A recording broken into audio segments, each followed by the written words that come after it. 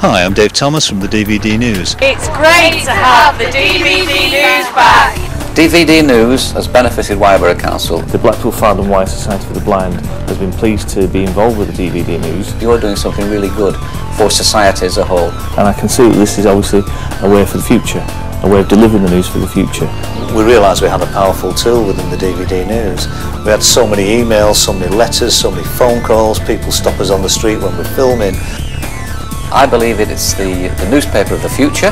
The documentary that we saw was very sensitively and professionally put together, and I have to say that the feedback that we've had since we've shown that, both at the AGM and at other presentations, has been absolutely wonderful.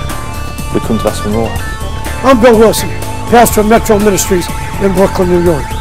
It's an honor for me to be a part of this DVD News presentation.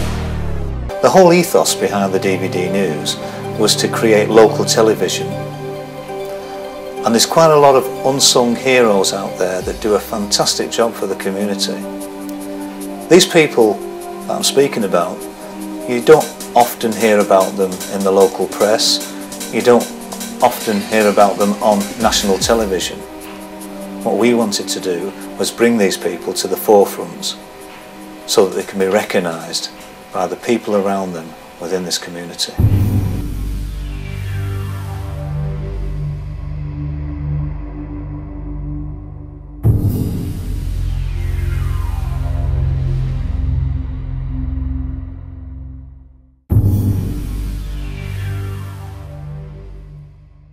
Well, I was told by the doctors that two principal things that aided my recovery. One was my physical fitness from years of sport, but importantly, having a very positive attitude. And that attitude is based on my Christian faith that I would get healed. And here I am today, I'm free of cancer.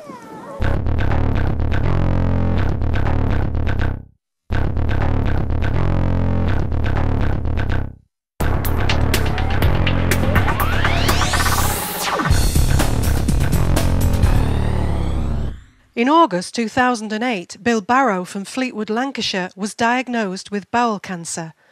After being told by doctors that his cancer was inoperable, Bill tells this remarkable story of how he had to cope with not only the stress and the pain of his illness, but the pressure of financial difficulties that had been incurred through no fault of his own.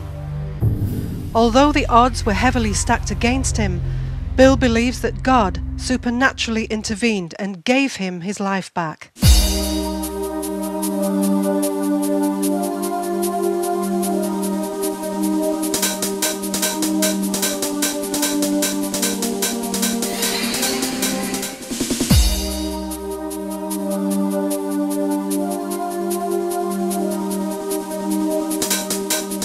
In one of my moments of deepest depression, I did what Christians tend to do. I turned to the Bible looking for words of comfort. And there I found in the book of John, in chapter 11, verse 4 sprang out at me, which simply said, "This illness will not result in death." We interviewed Bill back in 2008, and he was clearly stressed and looked seriously ill. I'm Bill Barrow. I'm a retired commercial property lawyer with over 40 years' experience in the legal profession. And in that time, I've given advice to countless number of clients who all automatically assume that I have all the answers and never make mistakes. Well, I've made mistakes, two at least. The first one was I borrowed money to finance my children in their own financial difficulties. The second one was I got seriously ill. First, I was diagnosed with a serious heart condition, which meant I had to give up work overnight, leaving me with no income. And then I was diagnosed with bowel cancer.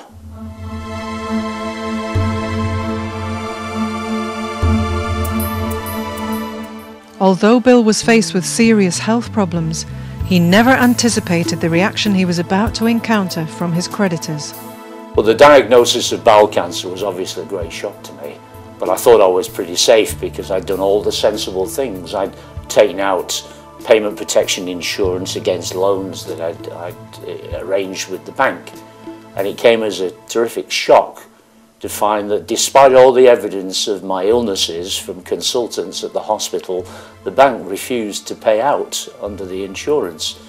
And furthermore, when I asked for a suspension of payments under the loan during the 4-month period of my chemotherapy sessions, they became hostile and totally refused to agree. It came as a shock to me that they were treating me as though I was a client straight off the street. I got no concession for loyalty to the bank, and their attitude was quite hostile, made me feel totally inadequate, although it was a situation I had no control over. The fact I'd fallen ill, seriously ill, and was going through the emotional crisis of dealing with cancer, and I had taken out insurance with these people to protect situations like the one I was in. Well, whilst I tried to be professional, although I was my own client, it became emotionally almost too much for me to cope with, and I just felt as though I was spiralling out of control. I didn't know which way to turn, I didn't know what to do, despite all my years of experience. Well, my wife was equally stressed out because we were constantly being bombarded with phone calls from the bank, from numerous people at the bank who didn't seem to communicate with each other. I would write letters to them explaining my circumstances in a very obviously legal way, which is, you know, the way I do things. Then I would follow up with telephone conversations, but I got bombarded with people from different branches, all of whom had no information about my particular situation, but were pressing me for payments which I clearly couldn't make.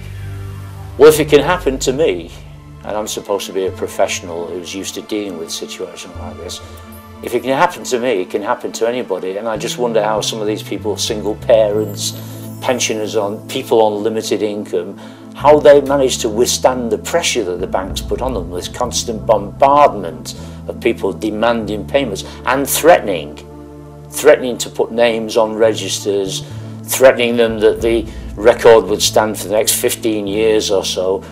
I'm just overwhelmed at the thought of how they deal with it. Well, having gone so far down the road, I just ran out of steam. I decided I needed some help, some professional help, which I put in place and managed to get a result. My name is Barrow Dickinson. I run a company called Dickinson & Co. In 1992, I found myself in financial difficulties myself due to circumstances that were beyond my control. On the 19th of February, I had to declare myself bankrupt, and consequently beyond that I've lost my home, and there was nobody around to help me whatsoever. I was already in the financial business. I started to learn about insolvency, and I've been able to help many people through the personal experiences that I've gone through since that date. And Bill is just one person that I'm passionate about helping. There are many Bills out there, the clip that you've just seen, and there's lots of people that need help.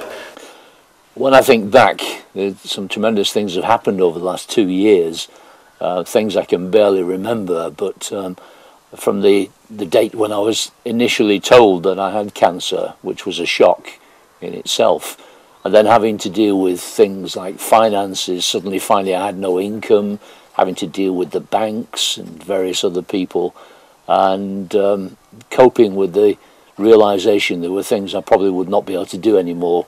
I thought initially I wouldn't be able to, for instance, play with the band any longer. I was feeling weak, anemic, just didn't have the physical strength to play the saxophone. It is something which requires a degree of strength and ability to play, but feeling weak, I was unable to carry on playing every night of the week. Although I've been fortunate to experience complete recovery from cancer, I don't make light of cancer because I've lost too many friends to it. In particular, one of my great friends, Barrow, one of the finest trumpet players in the north of England, died not too long ago, and I was privileged to speak at his funeral, and we still miss him today. So I'm aware of the pain and the heartache that is associated with cancer, and I'm just so fortunate to be now free from it myself. Well, after 2 years of chemotherapy, radiotherapy, major surgery, CT scans, MRI scans, the whole deal, I received the great news in this letter from a surgeon saying the latest CT scan had shown that I am now completely free of cancer.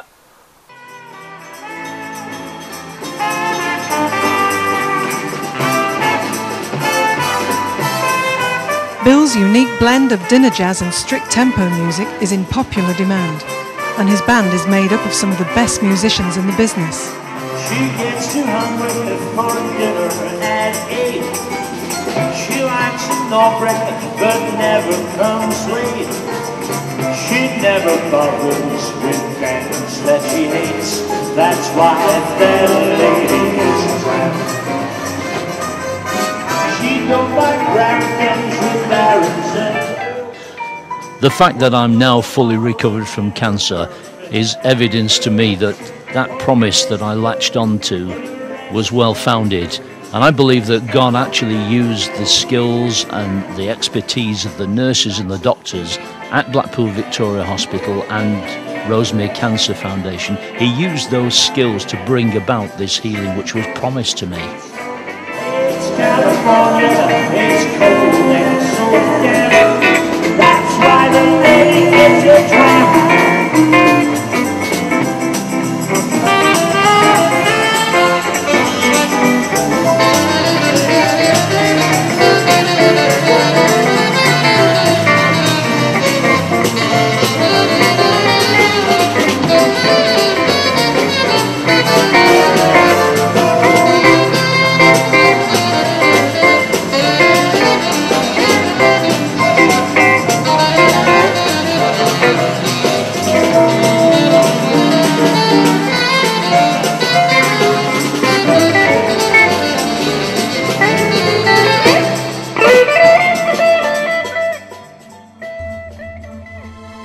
Bill's powerful testimony is a real encouragement to many people that are suffering from serious illness. He is passionate about his Christian faith and believes that if God can heal him, he can do it for others.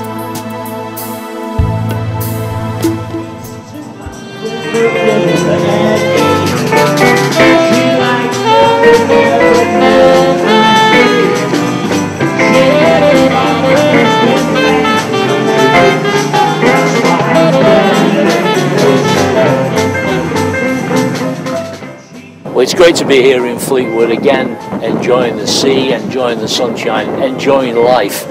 And thanks to so many people, I've got my life back. She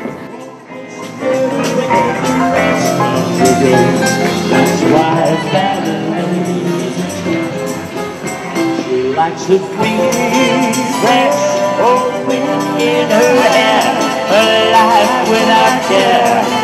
She's broke, it's so. It's California, it's cold Amsterdam. That's why the lady, I said the lady, that's why the lady is a tramp.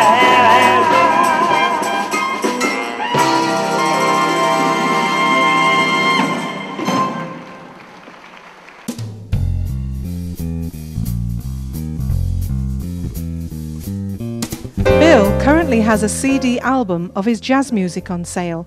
All of the proceeds will be donated to the Macmillan Windmill Unit in Blackpool and the Rosemere Foundation in Preston.